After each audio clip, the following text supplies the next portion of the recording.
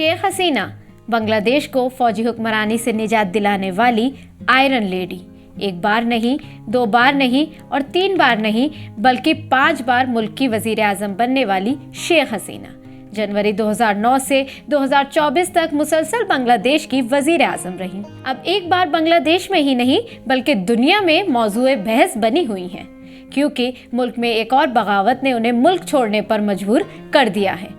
हैरत की बात यह है कि शेख हसीना वाजिद का 15 साला दौरे इक़्तिदार जहां बांग्लादेश की माशी तरक्की का सबब बना, अब वहीं उन पर सियासी हरीफों और इंसानी हुकूक के कारकुनों को दबाने के इल्ज़ामात भी लगे।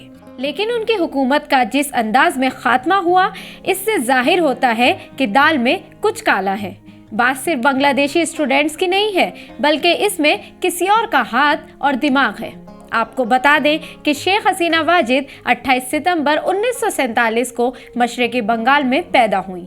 बांग्लादेश बाबा कौम और पहले सदर शेख मुजीबुर रहमान की साहिबजादी हैं।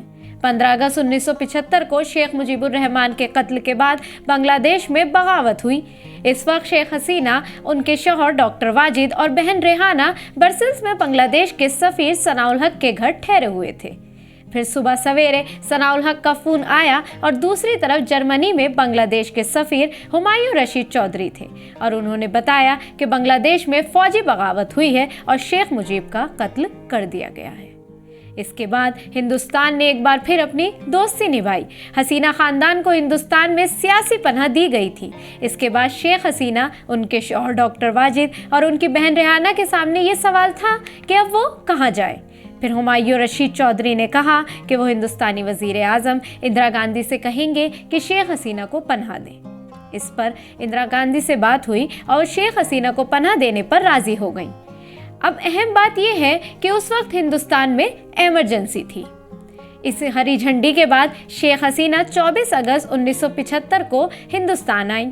उनके अहले खाना एयर इंडिया के परवाज से दिल्ली के पालम एयरपोर्ट पहुंचे थे।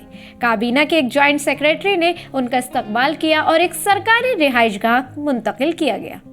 इसके बाद 4 सितंबर को उन्होंने वज़ीर आज़म इंदिरा गांधी से वज़ीर आज़म की रिहाइशगाह पर मुलाकात की थी।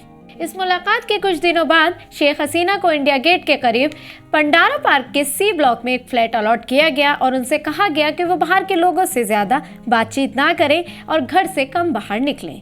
इसके बाद 1 अक्टूबर 1975 को शेख हसीना के शौहर डॉक्टर वाजिद को भी एटॉमिक एनर्जी के शोबे में फेलोशिप दी गई। इंदिरा गांधी के बाद मोरारजी देसाई ने भी शेख हसीना की मदद की। मोरारजी देसाई ने 1977 में होने वाले इंतखाबात में इंदिरा गांधी की शिकस्त के बाद वज़ीर आज़म का ओहदा संभाला था। मोरारजी देसाई ने अगस्त 1977 में शेख हसीना और उनके शौहर से मुलाकात की थी। तकरीबन 6 साल हिंदुस्तान में रहने के बाद शेख हसीना 17 मई 1981 को अपनी बेटी के साथ ढाका चली गई। ढाका में तकरीबन 15 लाख लोगों ने उनका इस्तकबाल किया था।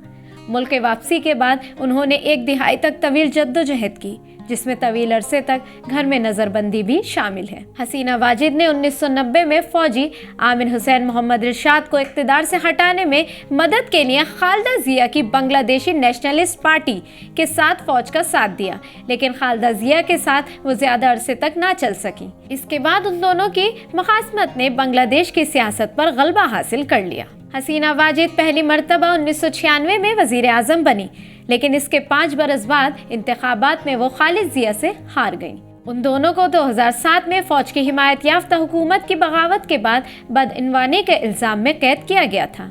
इसके अगले बरस उन्होंने इलेक्शन लड़ा, जिसमें हसीना वाजिद ने भारी अक्सरियत से कामयाबी हासिल की और वो उस वक्त से आज तक इक़्तिदार में थी। शेख हसीना वाजिद जनवरी 2009 से 2024 तक मुसलसल बांग्लादेश की वज़ीर आज़म रही। शेख हसीना वाजिद 1996 से 2001, 2009 से 2014 तक बांग्लादेश की वज़ीर आज़म रही। 2014 में वो तीसरी मुद्दत के लिए दोबारा वज़ीर आज़म मुंतखब हुई।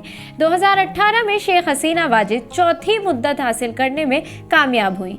3 अगस्त 2024 को वो दुनिया की तवील तरीन हुकूमत करने वाली पहली खातून सरबराह बन गई थी, मगर एक बार फिर एक मजबूत सियासतदान साजिशों के जाल में फंसकर वतन से बेवतन हो गया।